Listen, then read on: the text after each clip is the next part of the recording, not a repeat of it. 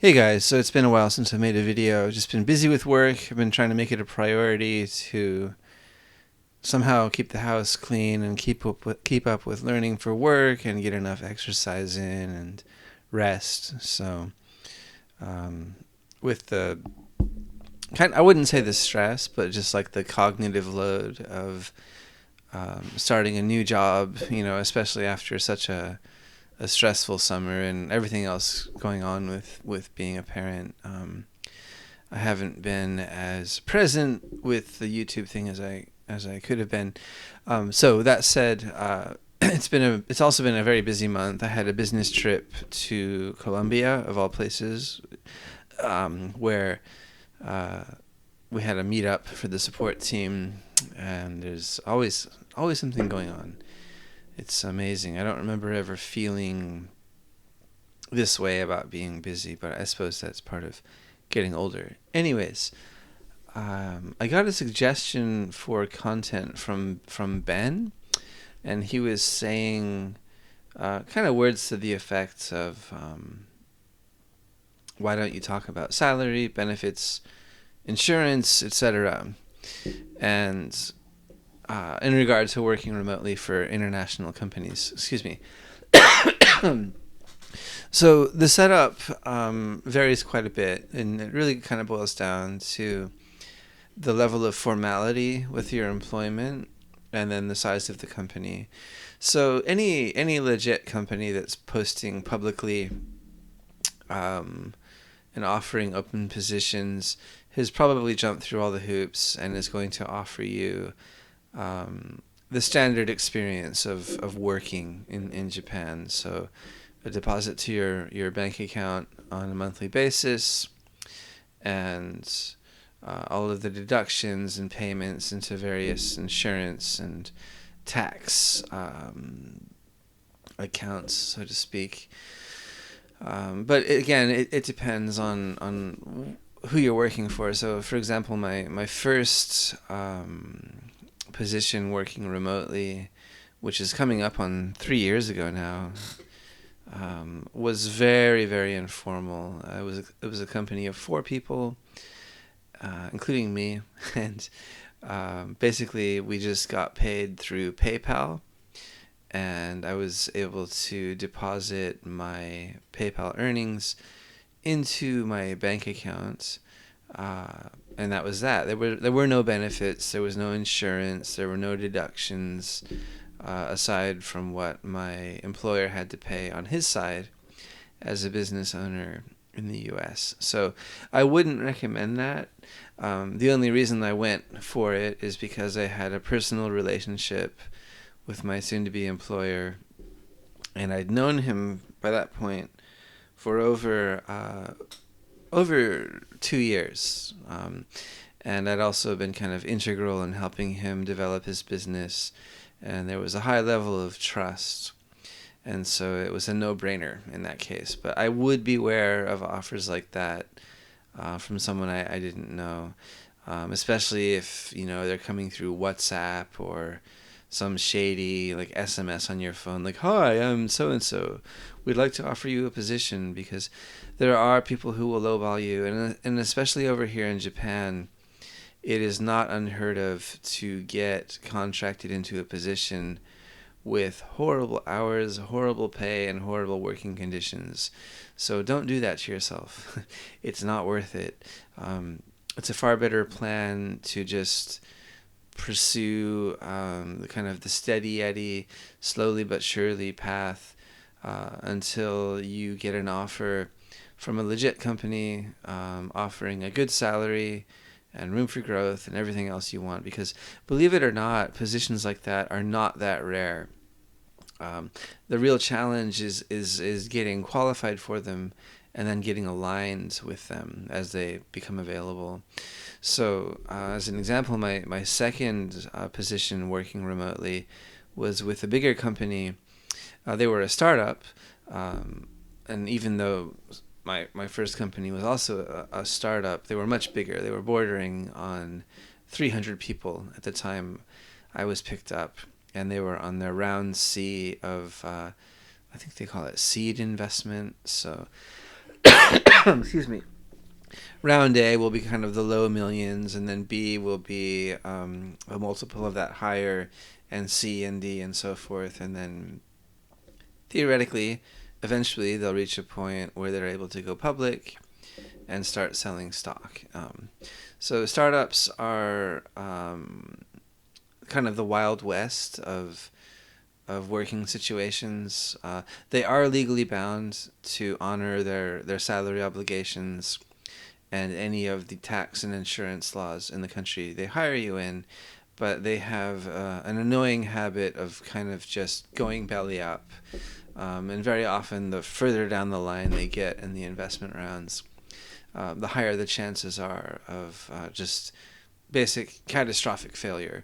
And normally they'll see it coming and start laying people off and give you pretty generous severance packages and references and everything, but they're not to be relied on long term. Something like, I think 60% of them don't survive the process, the journey towards becoming public. But if you are looking for a challenge and a way to kind of get into remote work, they're worth it as a stepping stone, not as a means to establish a solid career with one company. But they do follow the rules, and so the basic experience, it's just like working anywhere else. You get your paycheck with the deductions. You'll get your insurance card and everything else that you need to live in the country. The only difference is sometimes they might have an entity in Japan under their name that they hire you through directly, and more often I've found, unless you're with a really big company, a lot of tech companies will tend to use an intermediary, which is usually a company that specializes in contracting employees from a given country to work under the umbrella of another company headquartered in a different country. So the company I work for is headquartered in the U.S.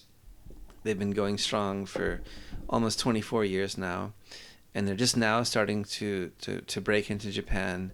There's only 3 of us in the whole country, so it's more economical for them to just say, this is what we want to do, how much can we give you, and you just do it to this intermediary company.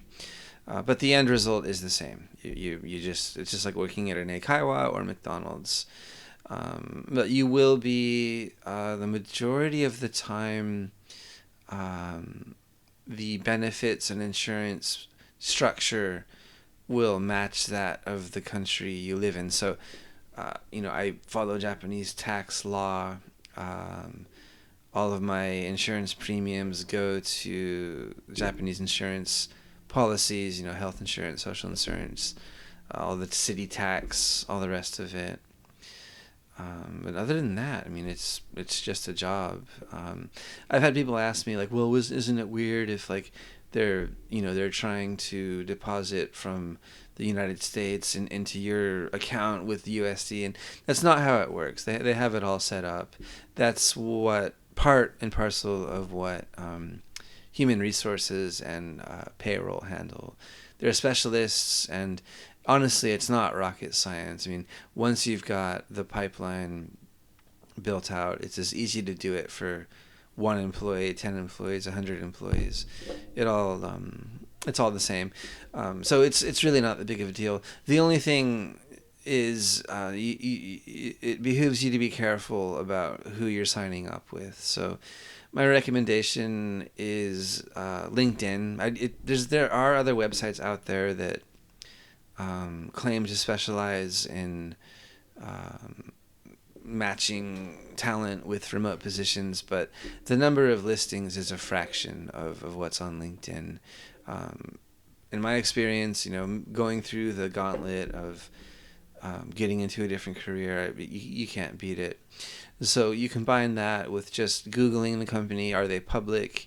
Are they a startup? When did they start? Where are they headquartered? And there's also a great website called Glassdoor.com. which asks current and previous employees to give their impression of the company they worked for. So you can get basically like an Amazon style review environment for the company, as well as salary ranges for different positions.